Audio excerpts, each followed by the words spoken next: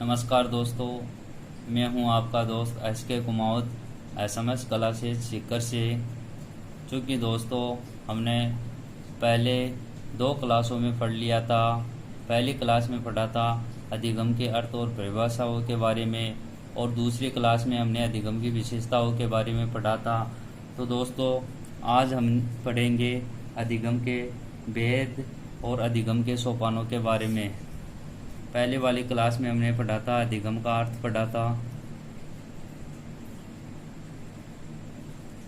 पहले पढ़ लिया था हमने अधिगम का अर्थ पढ़ लिया था और अधिगम की परिभाषाएं पढ़ ली थी।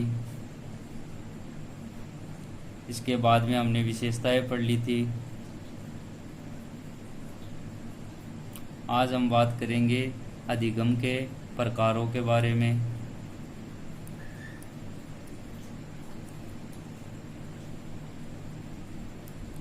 अधिगम के प्रकारों के बारे में बात करेंगे और अधिगम के सोपान के बारे में बात करेंगे। तो पहले बात करते हैं हम अधिगम के प्रकार के बारे में।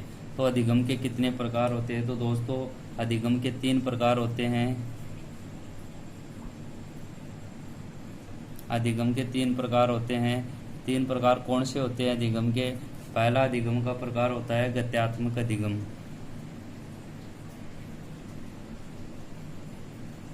पहला प्रकार होता है गत्यात्मक अधिगम।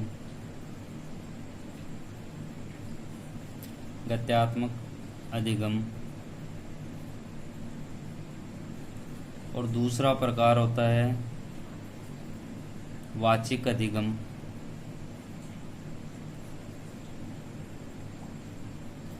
वाचिक अधिगम। इसके बाद में इसका तीसरा प्रकार होता है समस्या समाधान अधिगम। अधिगम के 3 प्रकार होते हैं। इस अधिगम के प्रकार भी बोल सकते हैं और अधिगम के भेद भी बोल सकते हैं। तो अधिगम का पहला प्रकार होता है गत्यात्मक अधिगम, दूसरा होता है वाचिक अधिगम और तीसरा होता है समस्या समाधान अधिगम। अब चूंकि यहाँ समस्या समाधान अधिगम में समाधान की जगह हम निवारण भी काम में ले सकते हैं, तो इसको ऐसे भी बोल सकते हैं समस्या निवारण अधिगम। तो पहले बात करते हैं हम गत्यात्मक अधिगम की। गत्यात्मक अधिगम किसे कहते हैं? जब व्यक्ति शारीरिक रूप से गतिशील रहते हुए किसी भी विषय का अधिगम करता है तो उसे गत्यात्मक अधिगम कहते हैं। पहली परिभाषा गत्यात्मक अधिगम की क्या हुई कि इसमें व्यक्ति क्या होता है? शारीरिक रूप से गतिशील रहता है। शारीरिक रूप से गतिशील रहते हुए किसी चीज का या वस्तु का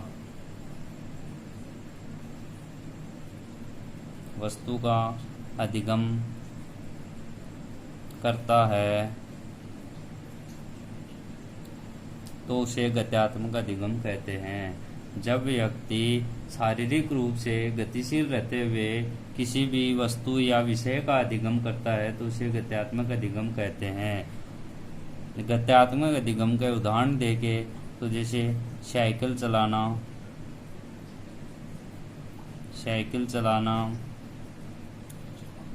पियानो बजाना, साइकिल चलाना। यदि हम साइकिल चलाना सीख रहे हैं, चूँकि साइकिल में हम गति के साथ सीखते हैं, तो साइकिल चलाना गत्यात्मक अधिगम का उदाहरण हो गया। इसी प्रकार पियानो बजाने में भी हम गति के साथ सीखते हैं, तो उसको गत्यात्मक अधिगम कहते हैं। अब पहली बात होगी गत्यात्मक अधिगम की। अब दूसरी बात करते हैं हम वाचिक अधिगम की। वाचिक अधिगम किसे कहते हैं? जब व्यक्ति शब्दों की सहायता से सीखता है तो उसे वाचिक अधिगम कहते हैं। अर्थात शब्दों की सहायता से हम सीखते हैं, शब्दों की सहायता से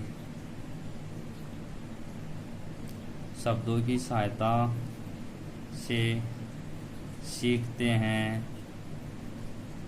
तो उसे वाचिक अधिगम कहते हैं। वाचिक अधिगम कहते हैं।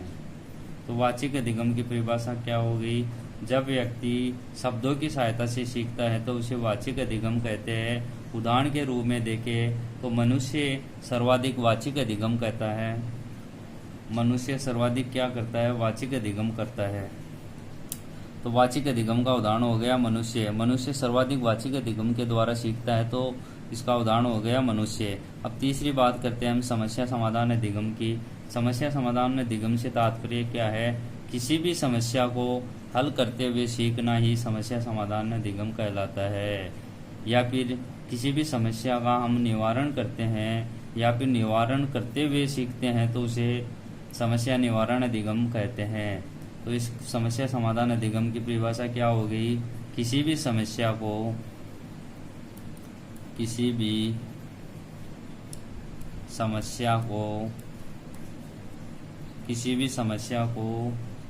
हल करते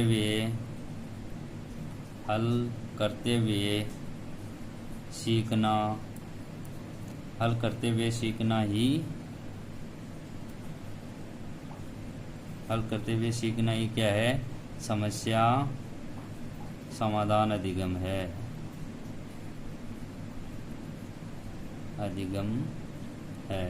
इसका उदाहरण देके हम तो गणित विषय देख सकते हैं या फिर कोई अन्य विषय देख सकते हैं गणित विषय में, क्योंकि गणित विषय में हम समस्याओं को हल करते हुए सीखते हैं, तो इसका उदाहरण हो गया गणित विषय।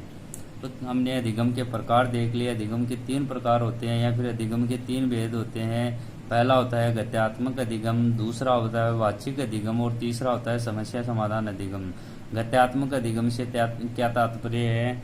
यदि व्यक्ति शारीरिक रूप से गतिशील रहते हुए किसी भी विषय का अधिगम करता है तो उसे गत्यात्मक अधिगम कहते हैं। उदाहरण हमने देख लिए, साइकिल चलाना, पियानो बजाना। इसके बाद में हमने पढ़ा था वाचिक अधिगम। वाचिक अधिगम से क्या तात्पर्य है? जब व्यक्ति शब्दों की सहायता से सीखता है तो उसे वाचिक अधिगम कहते हैं। उदाहरण के रूप में देखें तो मनुष्य में सर्वाधिक वाचिक अधिगम होता है। इसके बाद में हमने इसका तीसरा प्रकार देखा था समस्या समाधान अधिगम। तो समस्या समाधान अधिगम से तात्पर्य क्या है? किसी भी समस्या को हल करते हुए सीखना ही क्या है? समस्या समाधान अधिगम है। उदाहरण के रूप में गणित विषय में। इसके बाद में हम बात करते हैं अधिगम के सोपानों की। अधिगम के सोपान। अधिगम के कितने सोपान होते हैं? सोपान को चरण भी बोल सकते हैं। तो अधिगम के 6 सोपान होते हैं। पहला सोपान कौन सा हो गया? तो पहले सोपान में आता है अभिप्रेरणा।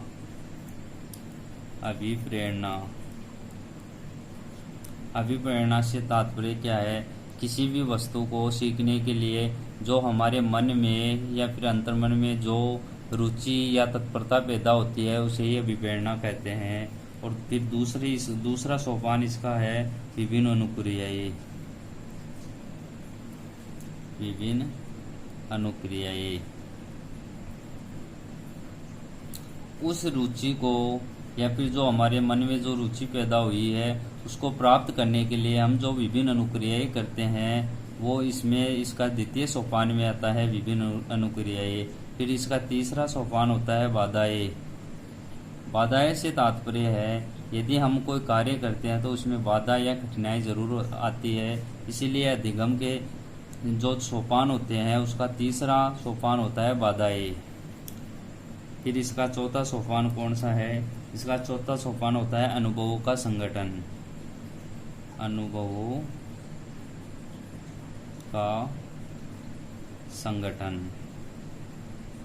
इसका तात्पर्य यह हुआ कि जैसे मान लो हमारे किसी कार्य को करने के लिए हमारे अंदर रुचि पैदा हुई, फिर उसके तहत हमने विभिन्न अनुक्रियाएं की, फिर हमारे बीच में बाधाएं आई, तो बाधाओं को दूर करने के लिए हम क्या करते हैं? विभिन्न जो हमारे पूर्व अनुभव होते हैं या फिर किसी को पूछकर हम जो अनुभव के द्वारा हम आगे बढ़ते हैं, तो वो जो अनुभवों का संगठन होता है वो अधिगम का चौथा सोपान होता है। इसके बाद में पांचवा सोपान होता है